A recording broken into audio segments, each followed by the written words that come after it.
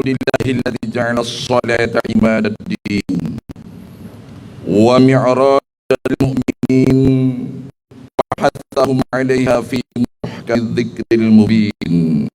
Faqala ta'ala inna as-salata kanat 'alal mu'minina kitaban mawquta.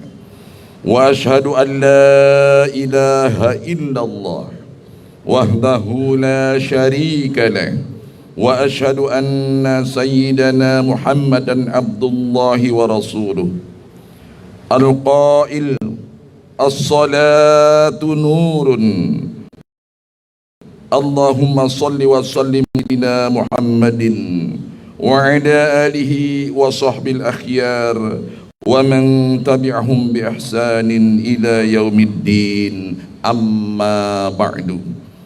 Fa ya ibadallah usikum wa nafsi bi taqwallahi azza wa jalla wa ahuthukum ala ta'ati. Qala ta'ala a'udzu billahi minasy syaithanir rajim. Bismillahirrahmanirrahim. Ya ayyuhalladzina amanu taqullaha wa qulu qawlan sadida yuslih lakum a'malakum wa yaghfir lakum dhunubakum wa man yuti'illaha wa rasulahu faqad faza fawzan 'azima. Kaum muslimin jamaah salat Jumat yang dimuliakan Allah, marilah kita senantiasa berupaya sekuat tenaga untuk meningkatkan ketakwaan kepada Allah Subhanahu wa taala. Takwa dalam makna yang luas, dengan berusaha menjalankan apa yang telah dituntunkan agama dan senantiasa meninggalkan apa yang menjadi larangan-larangan Allah Subhanahu wa taala. Berupaya selalu meningkatkan kualitas keimanan dengan meningkatkan kualitas ibadah yang ada, serta berupaya pula menjalankan ibadah-ibadah sunnah yang dicontohkan baginda Rasulullah sallallahu alaihi wasallam. Rasulullah sallallahu alaihi wasallam bersabda, Rasulullah sallallahu alaihi wasallam bersabda, "Wa man taqarraba minni shibran taqarrabtu minhu dhira'a, wa man taqarraba minni dhira'an taqarrabtu minhu ba'a, wa man atani yamshi ataitu harwalah." Muttafaqun alaihi. Barang siapa yang mendekat kepadaku, kata Allah, sejengkal, aku akan mendekat kepadanya sehasta.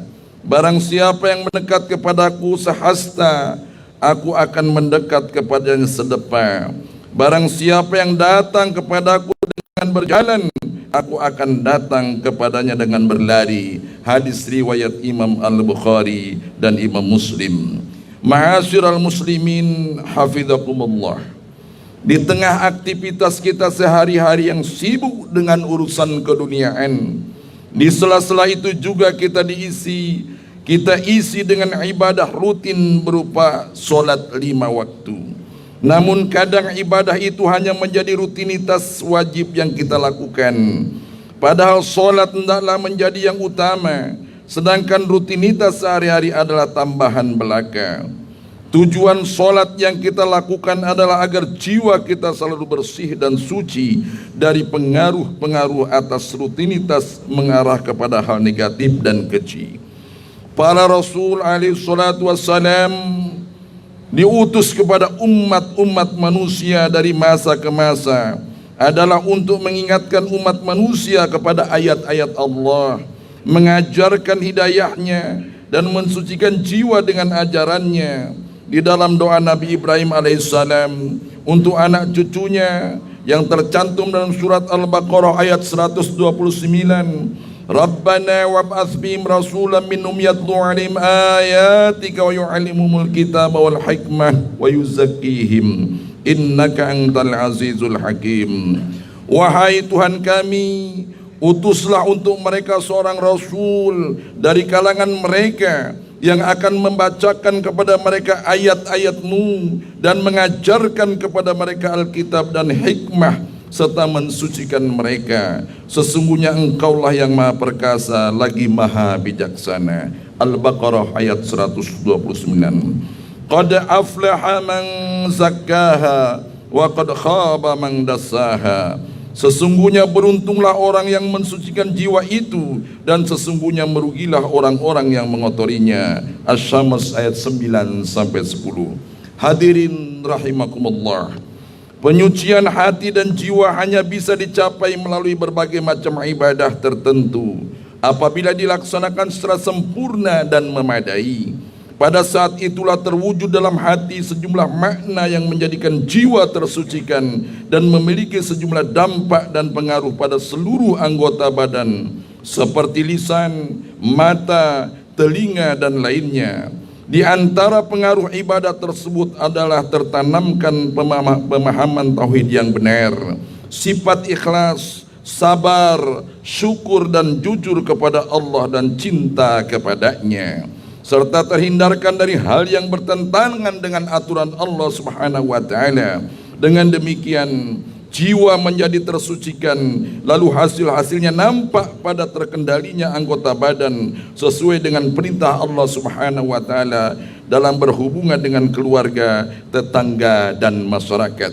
Kaum muslimin sidang salat Jumat yang berbahagia, sarana terbesar dalam penyucian diri adalah salat.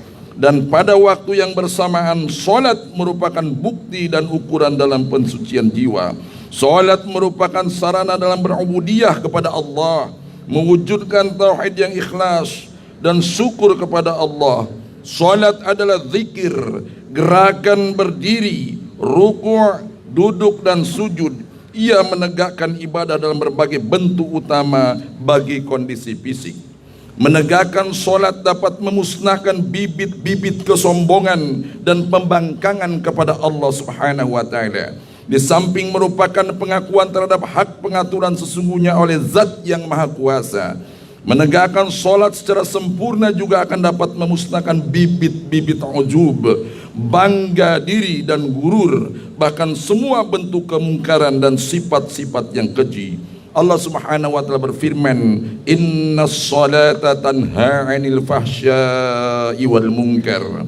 Sesungguhnya salat mencegah dari perbuatan keji dan mungkar. Al-Ankabut ayat 45. Hadirin rahimakumullah, salat akan berfungsi sedemikian rupa apabila ditegakkan dengan semua rukun, sunnah dan adab zahir maupun batin yang harus direalisasikan oleh orang yang sedang salat. Di antara adab zahir ialah menunaikannya secara sempurna dengan anggota badan, dan di antara adab batin ialah khusyuk dalam melaksanakannya. Khusyuk ialah yang menjadikan solat memiliki peran yang lebih besar dalam merealisasikan nilai-nilai dan sifat-sifat yang mulia. Allah Subhanahu wa taala berfirman, "Qad aflahal mu'minun alladzina hum fi sholatihim khashi'un." Sesungguhnya beruntunglah orang-orang yang beriman, yaitu orang-orang yang khusyuk dalam salatnya. Al-Mu'minun ayat 1 sampai 2. Hadirin rahimakumullah, pentingnya kedudukan khusyuk, maka ketidakberadaannya berarti rusaknya hati. Baik dan rusaknya hati tergantung kepada ada tidaknya khusyuk ini.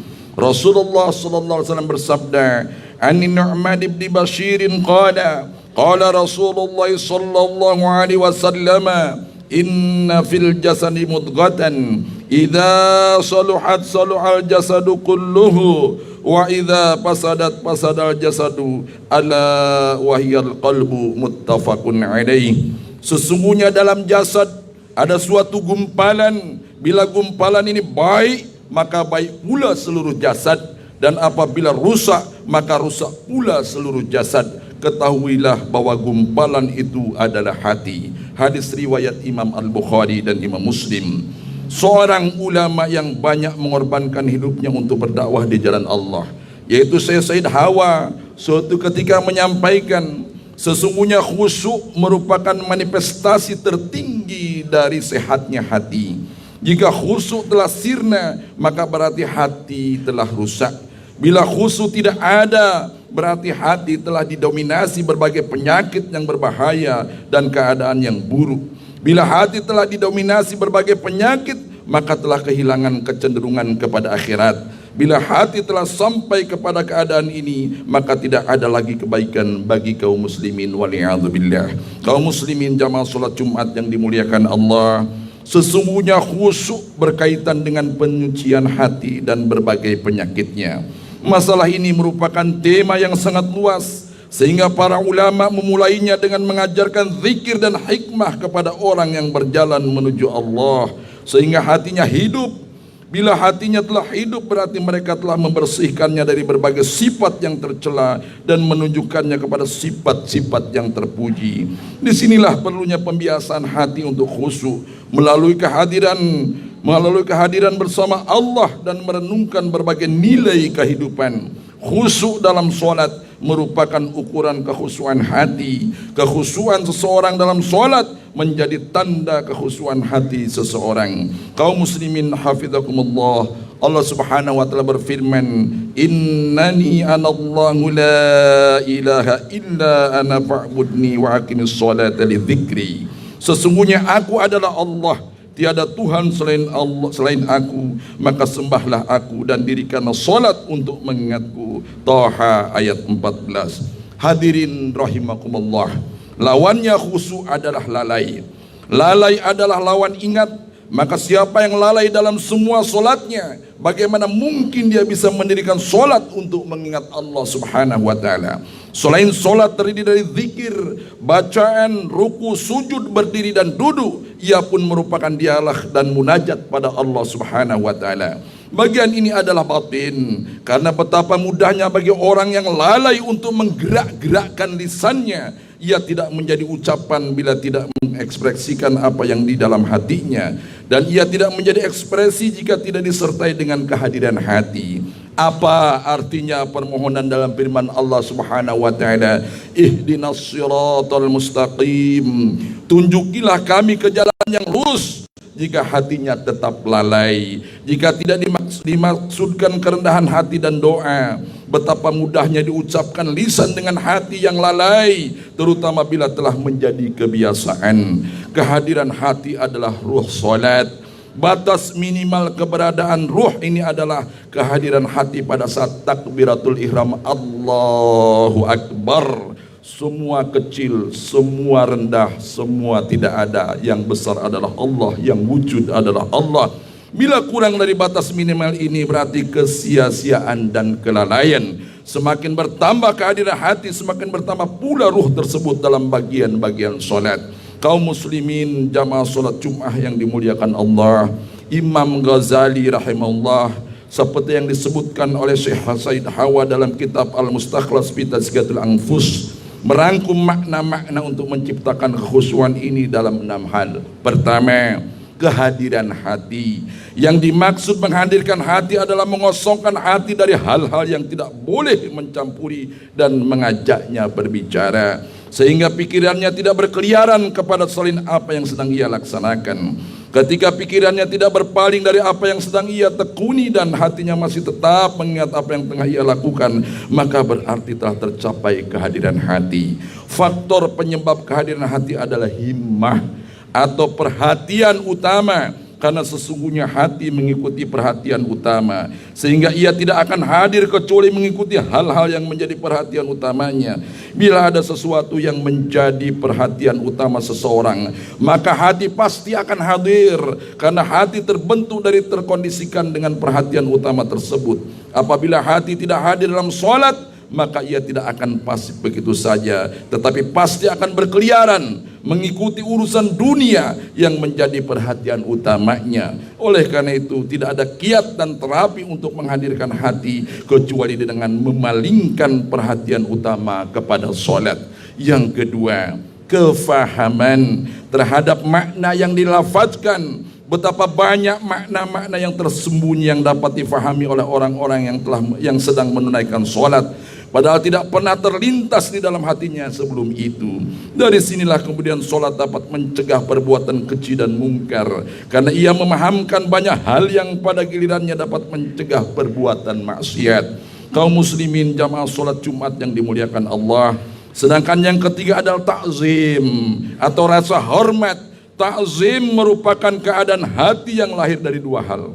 Pertama, Pengenalan kita akan kemuliaan dan keagungan Allah Subhanahu wa taala yang merupakan salah satu dasar iman. Siapa yang tidak diyakini keagungannya, maka jiwa tidak akan mengagungkannya. Kedua, menyadari akan kehinaan diri dan statusnya sebagai hamba yang tidak memiliki kuasa apapun. Yang keempat adalah haibah, yang merupakan rasa takut yang bersumber dari rasa hormat. Rasa takut dari hewan berbisa seperti ular atau keburukan perangai seseorang dan sejenisnya bukanlah merupakan rasa takut yang bersumber dari rasa hormat.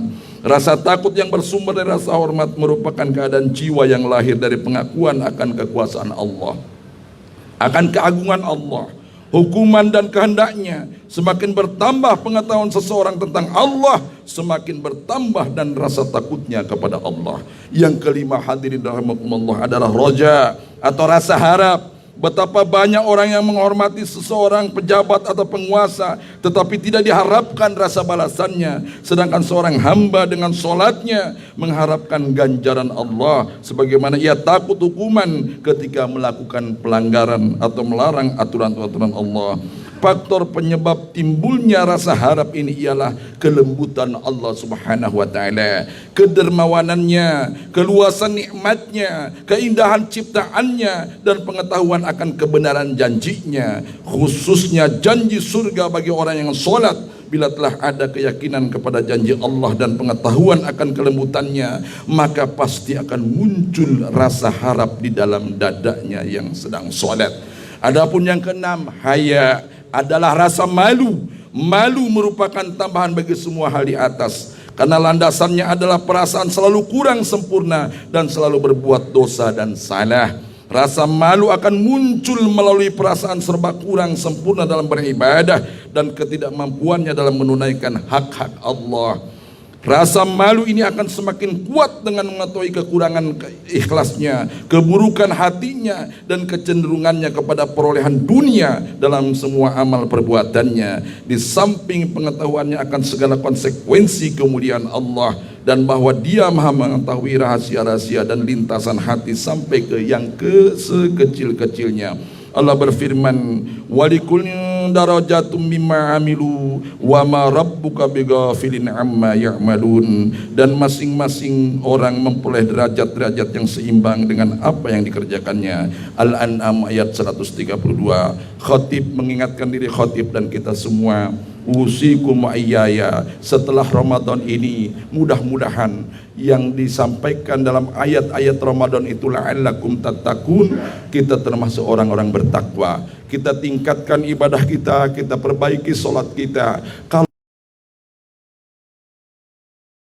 motor atau mobil semakin kencang dia menggasnya, tapi kalau orang-orang yang khusyuk dalam sholatnya, yang mengerti Tuhannya, yang mengerti Allah, dia sangat hati-hati, hati-hati dalam mengucapkan Al-Fatihah, hati-hati dalam mengucapkan Takbiratul Ihram. Hina kita bersama Allah masih mengingat dunia. Usikum wa iyaya bittaqwallah. Hadirin rahimakumullah, apa yang diperoleh setiap orang dari solatnya sesuai kadar rasa takut dan khusyuk dan takzimnya kepada Allah, karena tempat penilaian Allah adalah hati. Semoga Allah mengaruniakan kelembutan dan kedermawannya kepada kita dan memberikan kekhusyuan dalam ibadah kita. Amin ya rabbal alamin. Barakallahu li wa lakum fil Qur'anil azim wa nafa'ani wa iyyakum bima fihi minal ayati wadh-dhikril hakim. Aqulu qawli hadza wa astaghfirullahal azim li wa lakum wa lisairil muslimina min kulli dhanb fastaghfiruhu innahu huwal ghafurur rahim.